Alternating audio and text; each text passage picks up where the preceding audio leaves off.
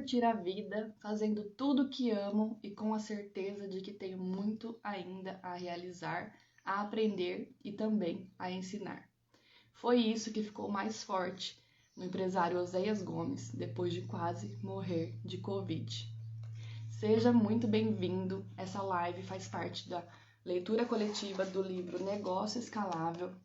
Essa é a primeira live de 4, onde eu dividi o livro em 4 partes, em 4 metinhas, para vocês poderem acompanhar comigo essa leitura incrível. E hoje eu vou falar sobre a primeira parte do livro, que marca a parte da introdução, da apresentação e o capítulo 1 do livro Negócio Escalável, do empresário Oséias Gomes. Essa live, ela vai eu vou abordar até a página 48 do livro, certo? Então, se você quer acompanhar a leitura, ainda dá tempo. Compre o seu livrinho, ou numa versão digital, ou na versão física, ele tá bem baratinho na Amazon.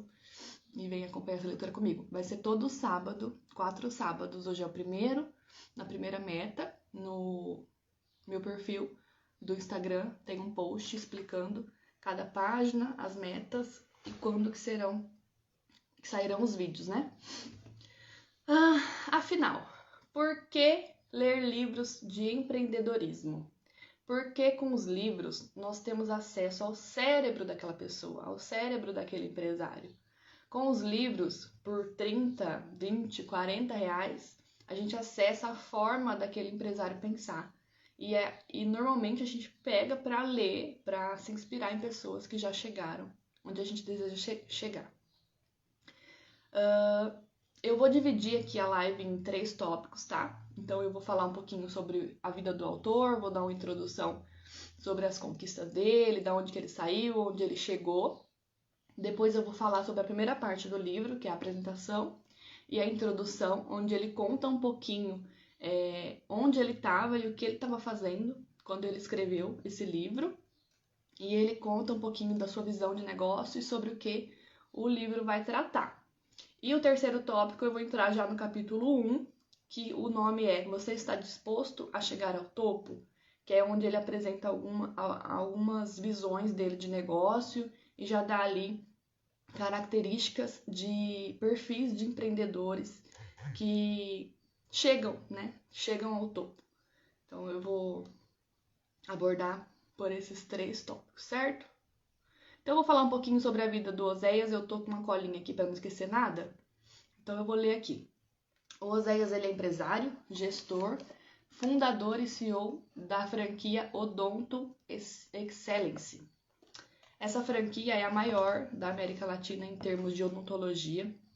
Ele é consultor empresarial e possui uma sólida carreira na área de administração e de negócios. O Oséias nasceu em Carambeí, no interior do Paraná. É filho de pais agricultores e desde cedo já trabalhou na roça com a família dele, né? Então ele trabalha desde os 7 anos com o pai na fazenda. E aos 15 ele falou que queria ir embora para Telêmaco Borba, né? Que é uma cidade próxima, mas é um pouco maior, onde a tia dele morava, porque ele queria estudar. Então ele fala pro pai dele: pai, eu vou porque eu quero estudar, eu quero mudar de vida, eu não quero viver dessa forma. Isso com 15 anos. Ele ligou para uma tia que morava nessa cidade, pediu ajuda e foi. Pegou o ônibus e foi. Lá nessa cidade, em Telêmaco Borba, ele arrumou um emprego no supermercado de empacotador. Ficou 3 meses nesse emprego, com 15 anos. Depois ele foi para um posto de gasolina, lavar carros, ficou por 3 anos e sempre estudando muito. Ele conta aqui no livro que ele sempre estudou muito, sempre buscou formas de estudar em bibliotecas por conta própria, porque eles não tinham dinheiro, eles eram muito pobres. Aos 17 anos, um cliente indicou ele para trabalhar num banco. Um cliente lá do posto de gasolina indicou ele para trabalhar num banco como office boy. Em 3 anos, ele se tornou gerente do banco, gerente de negócios do banco. Então, assim, você vê que ele planta muito desde novo, né? Mesmo ali passando pelo supermercado, pelo posto de gasolina, ele não deixa de estudar. Ele está sempre estudando, porque ele sabe onde ele quer chegar. Ele tem uma meta ali, né? Ele sabe que o estudo vai levar ele... Nossa, meu celular tá balançando, peraí. Ele sabe que o estudo vai levar ele para um patamar mais elevado.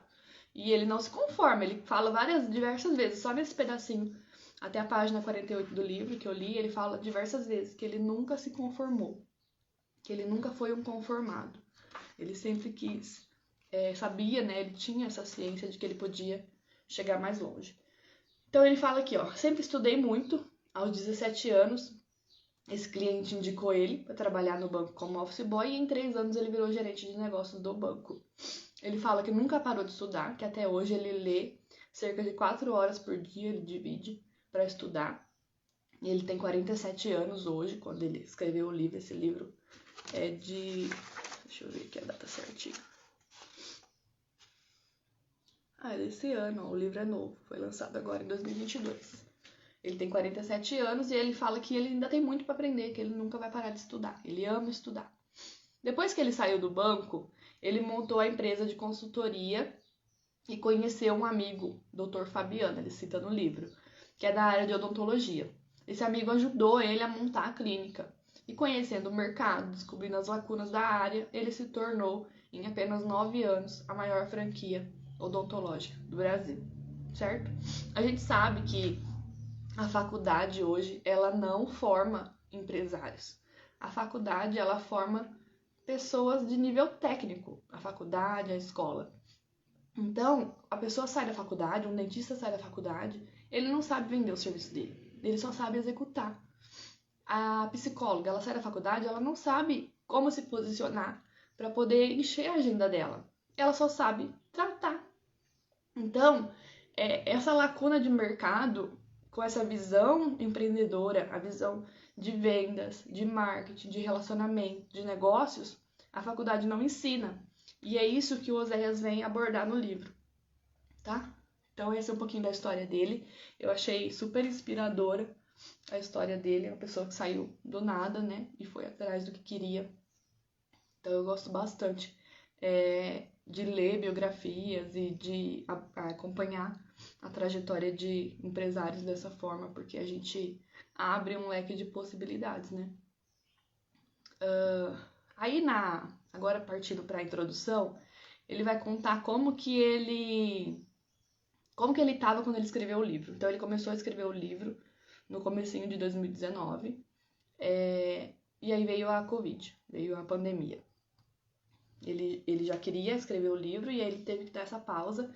E no meio dessa loucura de Covid, de ter que manter as franquias abertas, de ter que dar esse apoio psicológico para a equipe dele, porque você imagina o tanto de franquia que ele tem aberto, o tanto de pessoas desesperadas, com medo de perder os seus negócios, e todo mundo na cabeça dele, porque ele é o cabeça do negócio, né?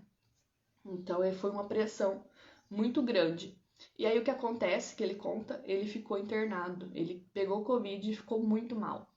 Então ele ficou bem ruim. Da primeira vez ele chegou aí pra UTI, ficou internado. E aí ele até conta que a primeiro ensinamento que ele conta no livro, que eu até anotei aqui, ó. Na época, evitamos contar abertamente a notícia, pois ter o líder da empresa hospitalizado e respirando por aparelhos pode gerar uma certa fragilidade em todos que rodeiam e colaboram com o empreendimento. Desmotivar a todos não era uma boa ideia naquele período.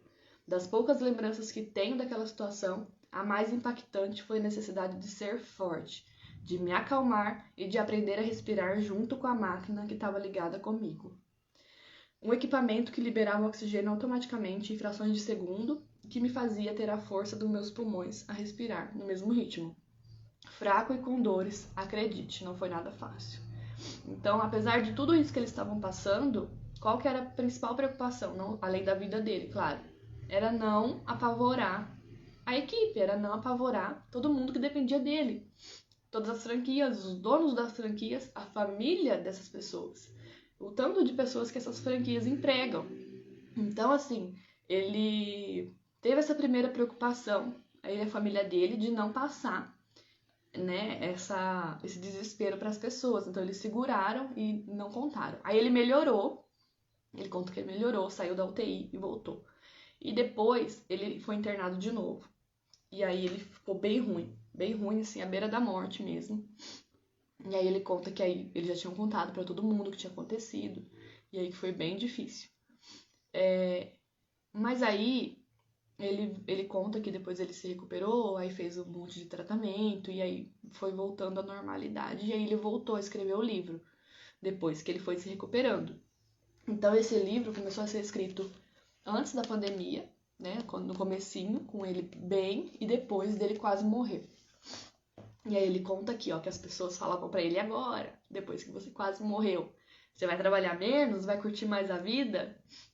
E aí ele fala assim, curtir a vida? Vou trabalhar menos? De jeito nenhum. Aí ele fala, que é a frase que eu falei no começo da live, vou curtir a vida fazendo tudo que eu amo. E com a certeza de que tenho muito a realizar, a aprender e também a ensinar. Para mim, o trabalho nunca foi sacrifício, uma incumbência, mas uma parte importante de quem eu sou. Jamais deixarei de trabalhar. Um mês depois de voltar para casa, retomei minhas pesquisas para escrever este livro, que eu tinha acabado de iniciar antes de adoecer, né? Então ele terminou o livro depois de quase morrer. Imagina o que não passa na cabeça da pessoa depois de uma experiência dessa de quase morte, né? Então ele fala que lutou para sobreviver no pior momento da vida dele e conseguiu. E agora ele pode seguir lutando e mais ainda compartilhando tudo que ele tiver de melhor na mente para ajudar a gente a empreender. Então, mais forte ainda ficou essa missão dele de passar o conhecimento, de passar tudo que ele aprendeu nessa jornada de quem veio do zero e construiu uma franquia, a maior franquia da América Latina, né? De odontologia. Então, é bem forte, né? Eu achei bem forte, me tocou bastante. E agora ele entra no capítulo 1. O nome do capítulo é Você está disposto a chegar ao topo? Então, aqui nesse capítulo, ele conta um pouquinho da visão de negócio, do que o empreendedor precisa ter na cabeça, na sua visão, no seu comportamento para atingir o topo. E aí ele faz uma analogia muito legal com o alpinista.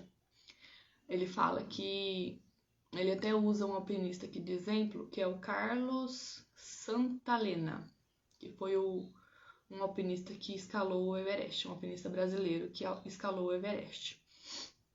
E aí ele fala assim, ó, que para você escalar o Everest, você precisa estar preparado. Que não tem como a gente escalar um Everest sem preparação. E aí ele lista aqui 2 perfis de empreendedores. O primeiro é o campal e o segundo é o alpinista. Então ele faz essa analogia com a escalada. Ele fala que o sujeito campal é o tipo de pessoa que não é totalmente pessimista, mas que gosta de viver com segurança. E com isso acaba bastante temeroso para tomar decisões e dar um passo à frente. Ele se limita à zona de conforto. Ele tem medo de dar um passo. Ele quer ficar ali na segurança, na estabilidade. E aí ele fala que ele faz a referência à nossa cultura, porque a gente tem muito forte, desde de pequenos, essa questão da estabilidade. O que a gente aprende com os nossos pais? Procura um emprego estável, presta um concurso, vai trabalhar para o governo, para você ter segurança. Então, o nosso objetivo desde criança costuma ser esse, buscar um emprego que pague bem e que seja estável. Sendo que, na verdade, nada é, né, gente? Porque você tá concursado lá e tem um emprego público, um emprego fixo, bom, você ganha bem. Mas aí a empresa quebra, o governo troca, você pode ser mandado embora a qualquer momento. E aí? Não existe estabilidade. O Flávio Augusto fala muito isso. Estabilidade não existe. É ilusão essa questão da segurança. Então ele fala que o sujeito campal é essa pessoa que tem esse medo, né, de arriscar. Então, ele fala aqui, ó, o objetivo de muitos profissionais que tentam projetar o futuro sem muitos riscos desde cedo. Desejam um emprego registrado, um bom salário, uma casa confortável, um carro modesto na garagem. Objetivos comuns comuns àqueles que se enquadram no perfil campal. Esse perfil também é muito defendido pelos nossos pais, é isso que ele fala no livro, que é o que eu acabei de falar, tá? E aí o outro perfil que ele fala aqui é do alpinista. O que é o perfil do alpinista? O próprio nome já diz, é o perfil de quem deseja chegar no topo da montanha. Então ele se prepara, ele sabe dos riscos, ele sabe dos obstáculos, mas ele não vai com a cabeça na loucura. Ele se prepara para isso. E ele se desafia porque ele sabe onde ele quer chegar. Ele quer o sucesso. E aqui a gente tem as pessoas que desistem no meio do caminho porque ou não estavam suficientemente preparados, achava que estava, mas não estava. Em alguns casos morrem, né? Ele cita aqui que as pessoas morrem na escalada porque não respeitaram o próprio limite ou não respeitaram os obstáculos que encontrou na jornada. E aí ele até faz analogia da morte com a morte das empresas, porque muitas pessoas começam a empreender, abrem seus negócios sem planejamento, sem preparo, e o que acontece? A empresa morre em menos de 2 anos. Tem um número aí gigantesco de empresas que abrem e fecham em menos de 2 anos. Então ele cita isso aqui nesse perfil. E aí ele fala aqui que o perfil do alpinista é alguém que tem motivação e o desejo de chegar mais alto. Ele tem esse desejo da conquista do próprio sucesso. Só que ele vai encontrar dificuldades, como todo mundo. Então, ao contrário do perfil campal, que busca segurança, o alpinista ele se sente bem com o desconforto, ele não tem medo de arriscar. E aí ele vem, segundo Carlos Santalena, que é o alpinista brasileiro que escalou o Everest, ele continua nessa analogia. Quem deseja escalar o Everest precisa estar preparado, e para isso é necessário adquirir 3 tipos de competências: física, psicológica e técnica. E aí ele traz essas 3 habilidades que o Santalena traz para o alpinismo, ele traz para os negócios. Então ele pega e faz essa comparação. Então ele faz aqui, ó. Habilidade física. Então, um alpinista precisa cuidar da habilidade física, precisa cuidar, porque senão ele não tem estrutura para aguentar as baixas temperaturas da escalada, o peso, porque eles carregam muito peso, né, na mochila, da questão do acampamento e tudo. Muitas vezes vão ficar muitas horas sem comer, sem água. Então ele precisa estar preparado fisicamente. E aí ele traz para os negócios, o Oséias traz para os negócios. Cuidar da saúde física é de extrema importância. Afinal de contas, ter longevidade nos negócios depende da boa saúde do gestor. Então, não basta só você ter conhecimento técnico, não basta você só querer. Você precisa estar apto para isso. Como que você vai aguentar cargas de trabalho e de pressão se você não tiver com a saúde física boa? Você pode até aguentar por um tempo, mas depois você vai cair. E aí, normalmente, quando o negócio está muito atrelado ao gestor, o negócio cai junto. Por exemplo, se o Oséias tivesse morrido com Covid, o negócio dele ia se manter, porque ele tinha pessoas ali, provavelmente, né? Cuidando do negócio. Mas tem muitos negócios que são vinculados diretamente ao gestor. Então, se o gestor morre, falece, o negócio vai junto. Então, é preciso cuidar da saúde física, por isso. Aí, o segundo ponto que ele fala é da preparação psicológica dos alpinistas e do empreendedor. Porque se você não souber pelo que você vai passar, pela pressão que você vai passar, você cai. A pressão é tanta que o seu psicológico não aguenta. E aí ele fala que na gestão empresarial é a mesma coisa. Você precisa criar uma resistência mental para enfrentar crises, para não desanimar e nem desestimular a equipe. Então, naquele dia que você está muito bravo, que está dando tudo errado, tem um monte de conta para pagar, funcionário que falta, aparelho que quebra. Então, por exemplo, eu tinha, acho que eu até contei essa história aqui já. Eu tinha um açougue, eu e meu marido, a gente tinha um comércio. E aí, chegava na sexta-feira, a bendita da câmera fria, imagina, cheia de carne, o negócio parava, pifava. Plena sexta-feira à tarde, o pessoal que presta serviço, todo mundo parando já para descansar no final de semana, simplesmente o motor da câmera fria para. E aí, o que você faz? Então, é uma pressão psicológica forte. Você sabe que você tem que resolver aquilo. E vai adiantar eu desesperar todo mundo? Então, por exemplo, trabalhava eu, ele e 2 funcionários. Vai adiantar eu e ele surtar, porque a câmera fria parou, e eu desesperar os 2 funcionários, ai meu Deus, nós não vamos conseguir trabalhar, o que eu vou fazer? Não vai adiantar. A gente tem que ter a cabeça no lugar para poder resolver, buscar a solução, porque o desespero não vai adiantar nada. E é isso que ele fala da preparação psicológica. Buscar não se desestimular e nem desestimular a equipe e manter a cabeça na solução dos problemas e não no desespero. E aí ele fala que para isso, o que é preciso? Preparação pessoal, conhecimento e buscar bons mentores, boas influências. Ele fala que você estando perto de pessoas que têm essa cabeça, esse psicológico forte, é mais fácil de você desenvolver. Então, você tem que ter pessoas ao seu lado que também tem esse perfil. Ele cita aqui. E por fim, ele fala da preparação técnica. Então, foram 3.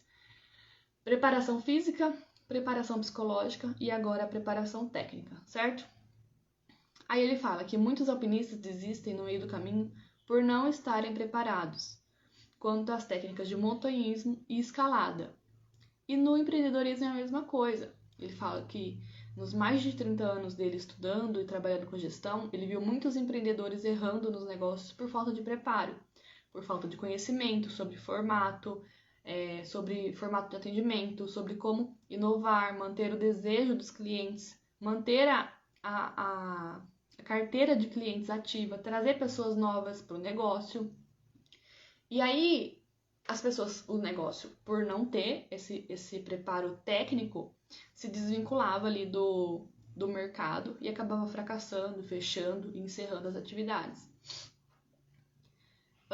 Aí ele fala aqui, ó, que é preciso fazer seu teste de altitude. Os alpinistas, quando eles vão escalar o Everest, ele conta no livro, que antes da escalada principal, eles fazem escaladas menores. Então, ele vai na Argentina, lá no pico da Argentina, que é menor, e aí faz, prepara, sobe e desce, beleza, deu certo. Aí vai num outro um pouco maior, se prepara e desce, deu certo. Antes de ir para o maior. Então, ele fala que tem esses níveis que você precisa percorrer para saber se você está no caminho certo, para saber se você está com o formato certo, se você está com o público certo. E nos negócios é a mesma coisa. Eu costumo falar para os meus clientes que tem que executar. Então, por exemplo, eu não sei direito quem que é meu público. Eu não sei quem que é, o que realmente eles precisam. Testa! Não sabe, testa. Começa, faz, executa, põe no mundo. Depois que você colocou no mundo, você vai conseguir saber se aquilo ali tá certo ou não tá. Saber se você está comunicando certo, com a pessoa certa. Então, tem que pôr no mundo, tem que testar, tem que colocar para jogo. E aí depois a gente aprimora. E é isso que ele fala aqui, tem que fazer o teste, não tem jeito. Não tem como você validar um negócio que não existe, não tem como. E isso é para qualquer negócio. Só que você precisa estar o mínimo ali preparado para não assinar de cara o atestado de óbito, né? E aí ele fala aqui, ó. Do meu ponto de vista, é positivo se arriscar, desde que se busquem as estruturas corretas para isso, certo? E aí, por fim, é bem curtinho, tá, gente? O livro, eu falei página 48, mas é muito rápido de ler, porque, ó, olha essa diagramação. São letras grandes, ele tem um espaçamento ótimo. E aí ele ainda traz aqui, ó, as páginas de destaque, que tem só o título. Então, assim, é muito rápido. Numa sentada ali, em meia horinha você lê essas 48 páginas, tá? E aí, por fim, no capítulo 1, que é Você está disposto a chegar ao topo, que ele traz essa questão dos 2 perfis e dos 3 tipos de comportamento e de preparo que você precisa ter, né, para escalar o topo. Ele fala assim, por fim ele deixa uma pergunta: qual é o seu perfil de comportamento diante do seu empreendimento? Você já é um alpinista pronto para escalar e atingir o cume? Ou você ainda é um campal? Então fica aí a reflexão, tá na página 46, essa frase, tá? E aí, na próxima semana, eu vou falar sobre o capítulo 2, que é, antes de tudo, prepare a sua mente. Então, sábado que vem, provavelmente eu vou manter esse formato, vou fazer uma live mesmo às 6 horas da manhã, porque aí eu não preciso gravar e editar vídeo, nada, já vai direto no Instagram, já fica salvo. Se você quer participar da leitura conjunta, dá tempo ainda, corre atrás aí da meta, porque é muito, muito facinho, rapidinho você lê essas 40 páginas e já pega o capítulo 2 ali para ler. A segunda meta a gente vai até a página... Deixa eu pegar aqui. Até a página 67. Então, assim, é bem pouquinho, bem rapidinho. E aí, se você quer comprar o livro, tem na Amazon, o livro tá custando acho que R$21, bem baratinho. Vem ler comigo. Se você comprar pelo meu link, você me ajuda, né, com o meu trabalho aqui. Eu tô participando de um projeto e aí eu pontuo a cada livro que vende no meu link. Então, se você quiser ajudar, contribuir aí, compra pelo meu link, tá salvo no destaque, tá? E aí, semana que vem, eu vou fazer a live com a meta 2 do livro, tá? Vou vir falar um pouquinho sobre o que ele fala no livro, sobre o que eu pensei, trazer um pouquinho da minha experiência comparado com o que ele traz no livro, certo? Compartilhe essa live aí com um empreendedor que você conhece, que você sabe que gostaria de estudar mais, de ler mais esse ano. Comenta aqui embaixo se você está lendo. Coloca aí uma frase do livro que te marcou, que você gostou, que você grifou lá, que você achou, putz, essa frase aqui me pegou. E até sábado que vem. Um beijo.